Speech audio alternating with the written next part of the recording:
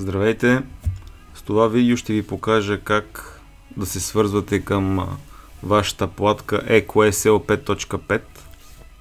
Първото нещо, което трябва да направите е да включите вашата платка в захранването и да изберете добавяне на Bluetooth или други устройства. Аз съм с Windows 10 в случая. Ето, излезна ми EcoSL 5.5. Въвеждам паролата, в случая това е тестова платка и вашата парола ще бъде различна от тази. Получавате пин кода при получаване на платката.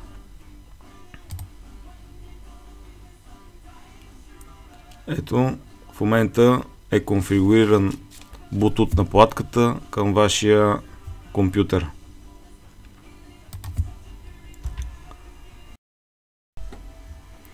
След това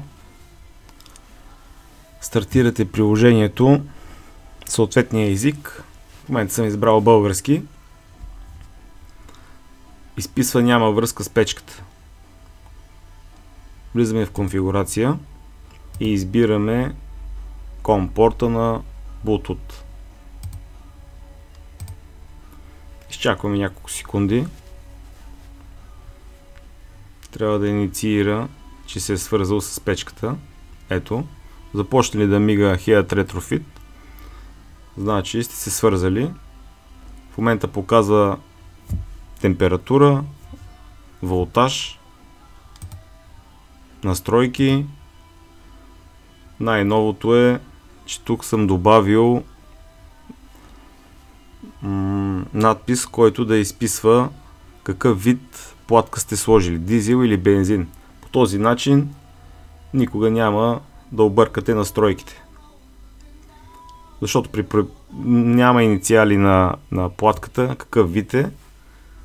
Така че това е много добра екстра.